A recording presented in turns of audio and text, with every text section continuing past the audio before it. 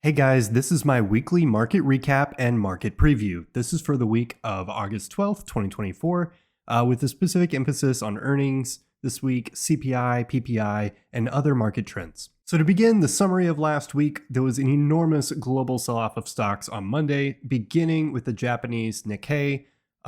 This was primarily due to a stronger yen as the Japanese have begun raising rates. The VIX peaked on Monday over 60. This was the highest that the VIX had gone since the pandemic. And on Tuesday, we saw the year's biggest single day bounce. By the end of the week, stocks had mainly recovered back to the point at which they originated. This is the S&P 500 one-week performance. As you can see, Microsoft, Apple, Google, Nvidia, all down relatively, but not by much. You can tell that some of these smaller industries are starting to see some green, but overall last week you can tell a little downwards, but most of these were able to recover after that first day when stocks tanked. However, this is the S&P 500 1-month performance. As you can tell, the main seven, the Magnificent Seven, have seen primarily strong sell-offs in the last couple weeks, and you can literally see how red it is here and how green it is over here. So where it's sharply green, you're seeing healthcare, you're seeing some telecom, you're seeing consumer defensive stocks as well as utilities. Real estate investment trusts have seen good weeks primarily due to the potential for rates to come down really soon. Industrials have also seen a lot more cash inflows over the coming weeks. So it's important to keep an eye on this, figure out where money's flowing out and where money's flowing in. This is also ETF's 1-week performance. As you can tell, for the most part, everything stayed relatively flat, which is impressive given how the week started out. Right now, ETF's looking like a very popular way in order to hedge against the coming market turbulence. This, however, is the 1-month performance of ETFs. You can tell that certain ones have been hit hard, like QQQ, especially triple leveraged, of course. The other side is technology. We've seen so much go out of Nvidia and different companies that are invested in AI, as the AI bubble seems to be maybe not popping, but at least decreasing in interest over the coming days. International stocks, of course, having a hard time, whereas looking at government stocks and US corporate bonds, you can see money has started flowing in.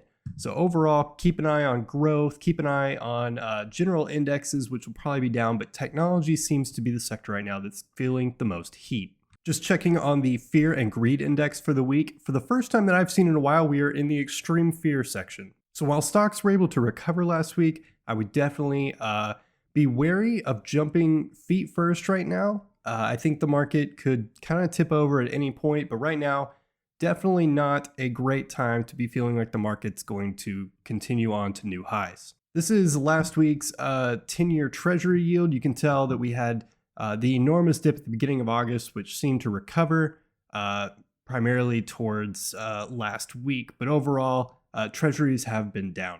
This is the VIX, the volatility index. As you can see, on Monday, we managed to skip over 60 at one point. This is the first time that that's happened since the pandemic. This was whenever the market cratered 3%.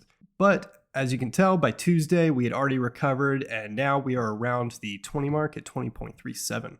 Looking at the S&P 500, you can tell that we've gone below the 50-day moving average and the 20-day moving average based on the daily stock chart. So be careful. It did recover last week. However, we're still below this 20-day, and we could be seeing some resistance here soon. Now, assuming it does pop through that 20, definitely be careful up here at the 50. I think that's a place where it would struggle to get over regardless. Looking at the S&P 500 chart based on weeklies, you can tell that we're almost in free fall. Now, we haven't come all the way down to the 50. I think that is highly likely at some point. I don't know if that's going to be this week, next week, or even within the next month, but I believe ultimately we're destined to come down here and at least touch this line. Also notice the MACD right here has crossed in mid to late July, meaning that being bullish right now is really something you should be wary of.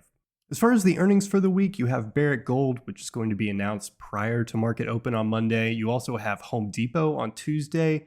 Other big ones are Walmart, Alibaba, John Deere. These are your big events for the week, the most notable being Tuesday at 8:30. You get the producer price index expected to raise month over month by 0.1%. On Wednesday is almost the biggest day. This is the Consumer Price Index, which will be announced at 8:30 a.m. It's expected to have a month over month increase of 0.2%. And the other one to watch out for is this US retail sales. Overall, this is going to be what the Fed is looking at to determine whether or not interest rates are going to go down soon. This right here is FedWatch. This is the probabilities for a September rate cut. Currently, there's a 51% chance that rates get cut by 25 bips and a 48% chance that rates get cut by half a bip. This number has continually gone up. I'm not so sure that this is realistic. I think this is over realistic right now. This quarter bip seems to be more likely. This would be potential rate cuts coming in November 2024.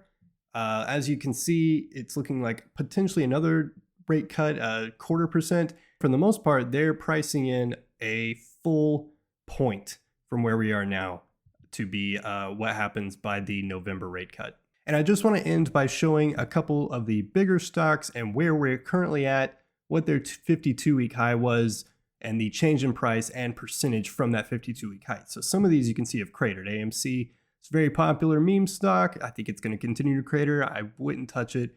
GameStop having a tough year.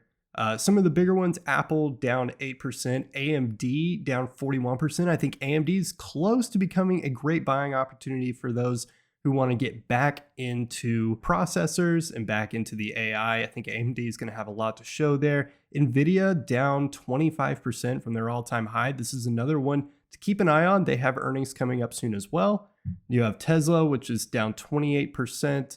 Google down 14%. Some of these are starting to look like good buy opportunities. But like I said earlier, the market is in the extreme fear section. I'd be very cautious about how you re-enter positions into some of these stocks. But overall, looks like it's going to be a very interesting week. If your game plan is to buy the dip, I would do it very slowly. I would find your position and cut it up into a couple pieces and maybe lay it out over the next couple months rather than going feet first this week or next week. But that's all I got today. Thanks for watching.